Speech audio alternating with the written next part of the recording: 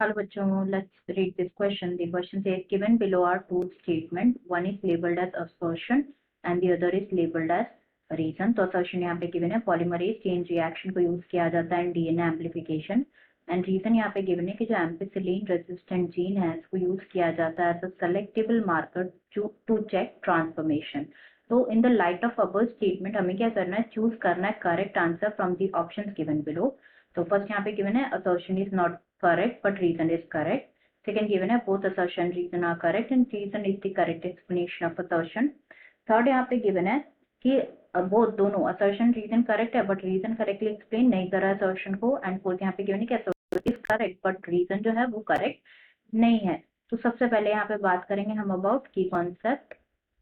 तो जो key concept इस क्वेश्चन में यूज किया गया है that is PCR technique.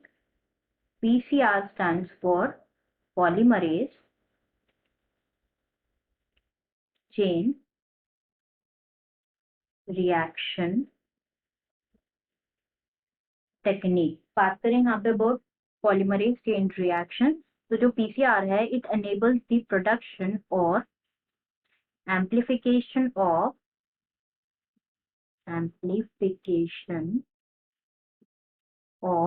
billions of copies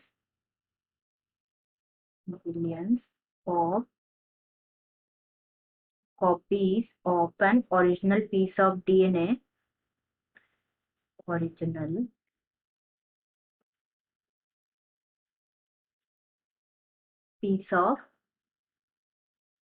in a tube within minutes or hours, not days. तो basically जो PCR है एक DNA replication होता है on a big scale.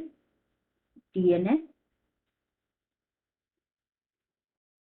replication होता है on a big scale. तो यहाँ पे अगर हम PCR के बारे में और डिस्कस करें तो जो सिंगल PCR रिएक्शन है ये इन्वॉल्व करते हैं 3 temperature dependent steps. The first step is denaturation. Second is annealing.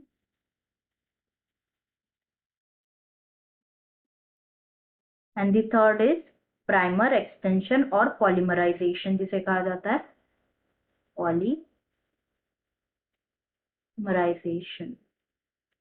तो यहाँ पे अगर फर्स्ट स्टेटमेंट देखें तो फर्स्ट स्टेटमेंट में गिवन है जो पॉलीमरेज चेन रिएक्शन है इसको यूज किया जाता है डीएनए एम्प्लीफिकेशन में. तो ये बिल्कुल करेक्ट है. जैसे कि हमने डिस्कस किया डीएनए जो पीसीआर टेक्निक है इसको यूज किया जाता है डीएनए एम्प्लीफिकेशन में, डीएनए के रेप्लिकेशन में. Okay, statement is true. And next यहाँ पे गिवन है कि जो एम्पिसिलिन रेजिस्टेंट जीन है इसको यूज किया जाता है the selectable marker to check transformation. तो यहाँ पे स्टेटमेंट के बारे में भी हम डिस्कस करते हैं. तो क्या होता है बेसिकली जो एम्पिसिलिन रेजिस्टेंट जीन है, एम्पिसिलिन रेजिस्टेंट जीन है ये most commonly use selectable marker है. It's a most commonly use selectable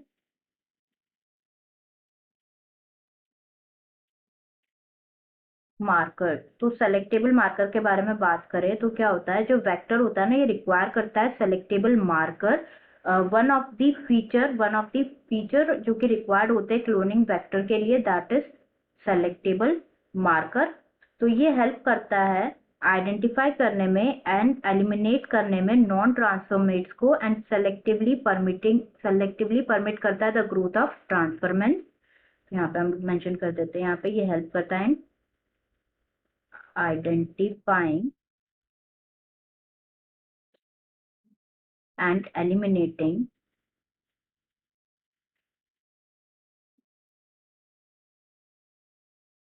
non-transformants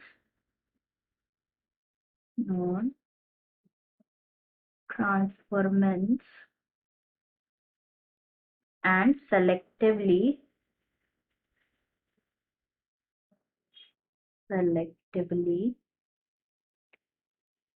permit करते हैं द ग्रोथ ऑफ ट्रांसफॉर्मेंट्स.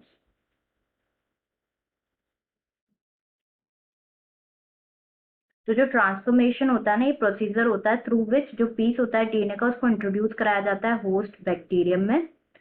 तो अगर एग्जाम्पल देखें, लाइक क्या होता है बेसिकली, नॉर्मली जो जीन्स एनकोड करते हैं ना वो क्या होते हैं, रेजिस्टेंट होते हैं टू एंटीबायोटिक्स, जैसे कि एम्पिसिलिन, क्लोराम्फेनिकोल, टेट्रासाइक्लिन और कैनामाइसिन। तो एम्पिसिलिन रेजिस्टेंट जीन है, ये most commonly use selectable marker है।